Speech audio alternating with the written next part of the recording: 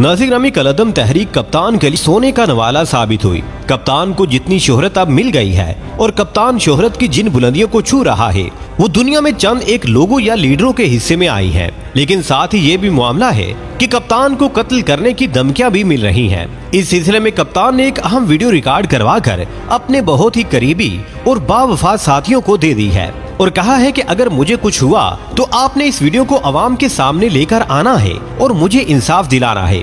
कप्तान जिस तेजी के साथ शोहरत की बुलंदियों को छू रहा है, इससे इम्पोर्टेड हुकूमत बुखलाहट का शिकार हो चुकी है और शोबाज के बारे में तो ये कहा जा सकता है कि वो एक ऐसा सांप है जिसने छिपकली मुंह में दबा ली थी। छोड़ता है तो बेइज्जती होती है, खाता है तो मरता है। नाज़रीन ग्रामी इस वक्त सूरत हाल ये है कि मैं कंबल छोड़ता हूँ, कंबल मुझे नहीं छोड़ता।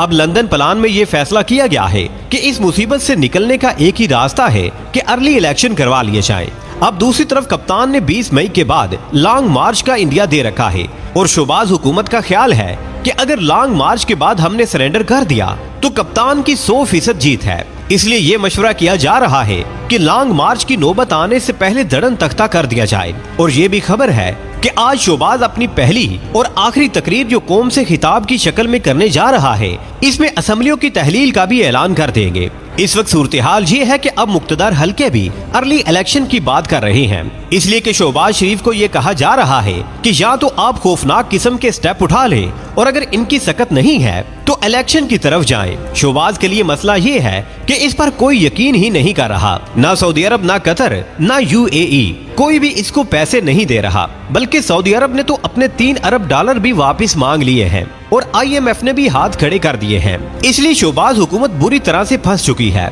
अब मसला ये है कि जो भी मुल्क किसी मुल्क को कर्जे या इमदाद देता है तो सबसे पहले ये देखा जाता है कि ये हुकूमत कितने पानी में है और ये अपना टाइम भी पूरा करेगी या नहीं। उसके बाद देखा जाता है कि इसको कितना कर्ज या इमदाद दे सकते हैं।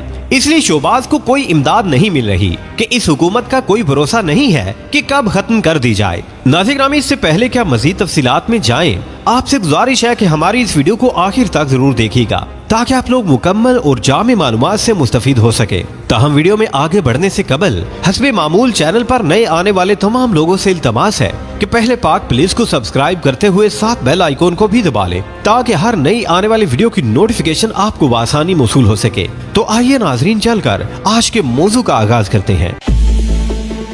नाज़रीन ग्रामी सऊदी अरब ने शोबाज हुकूमत की मदद करने से साफ इनकार कर दिया है। दूसरी तरफ चीन ने भी हाथ खड़े कर दिए हैं कि आपकी हुकूमत पर एतबार नहीं है। अब इस वक्त एक ही घर शोबाज की नजर में है और वो है IMF और इसकी एक ही शर्त है कि आप अपने मुल्क की सारी सब्सिडी खत्म करें। और अब अगर हुकूमत इस सब्सिडी को खत्म करती है तो डॉलर 200 से भी ऊपर चला जाएगा। बिजली भी इस कदर बढ़ा दी जाएगी कि बिजली के बिल एकदम खतरनाक हो जाएंगे और किसी भी सारिफ के लिए इसकी अदायगी मुश्किल हो जाएगी। नाज़रीन ग्रामी इस तमाम सूरत हाल में 2 ही ऑप्शन हुकूमत के पास है, एक तो अर्ली इलेक्शन करवाएं और दूसरा ये है कि IMF की शराइत यही है कि महंगाई करें और सब्सिडी खत्म करें। अब एक ही हल है कि इन दोनों पर किस पर अमल करना है। अगर पहली पर अमल करते हैं तो कप्तान की जीत यकीनी है और अगर IMF को देखते हैं तो अवाम नहीं छोड़ेंगे।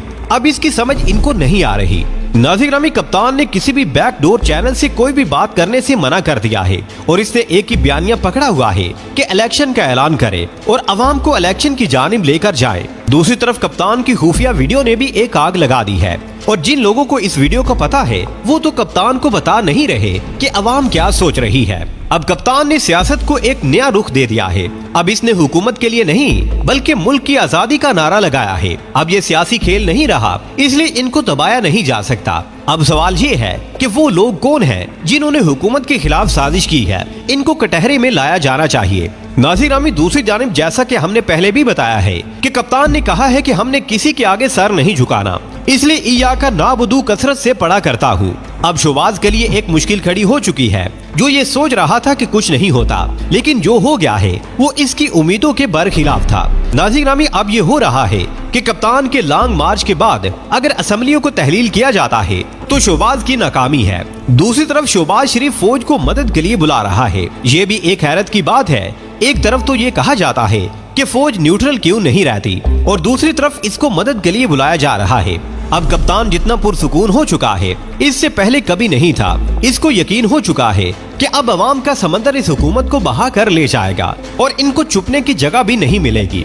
प्यारे दोस्तों, अब सवाल फिर पैदा होता है कि इस मुदाखलत के पीछे बैरूनी हाथ था तो अंदरूनी हाथ किसका था जो कि इस मुदाखलत का हिस्सा बना, और किसने बैरूनी ताकत का साथ दिया और रजीम तब्दील करने की कोशिश की और कामयाब भी हुआ। इसका मास्टरमाइंड कौन था? इन सब बातों से पर्दा उठाने की जरूरत है। दूसरी बात ये है कि खान कहता है कि मैं अल्लाह के सिवा किसी से नहीं डरता, तो फिर दुनिया के इस कानून से क्यों डरता है जिसमें इस खत को जाहिर न करने का कहा जाता है कि ये एक सीक्रेट दस्तावेज है, इसको आम नहीं किया जा सकता। एक मुल्क की रजीम तब्दील की गई है तो हम इस बहस में पड़े हुए हैं कि इस खत को जाहिर करे ना करे, तोड़ दे इस कानून को कि अगर जाहिर करने से अमेरिका बहादुर नाराज होता है, दूध का दूध पानी का पानी कर देना चाहिए और खतरे को नशर कर देना चाहिए मुल्की मफाद के लिए। इसलिए कि सबसे पहले पाकिस्तान अगर एक ऐसा खत जो मुल्की सलामती के लिए खतरा बन चुका है, इसे सीने में दफन करने का क्या मकसद है और इस पर क्यों खुलकर बात नहीं की जा रही? इसका सीधा साधा मतलब यही है कि हम अभी तक अमेरिका से डरते हैं और इसके उस हुक्म की तकमील कर रहे हैं कि कोई भी सीक्रेट आउट नहीं किया जा सकता। सीक्रेट आउट ना करने का कानून भी तो इंसानों का बना हुआ है, कोई आसमानी सहीफा तो नहीं है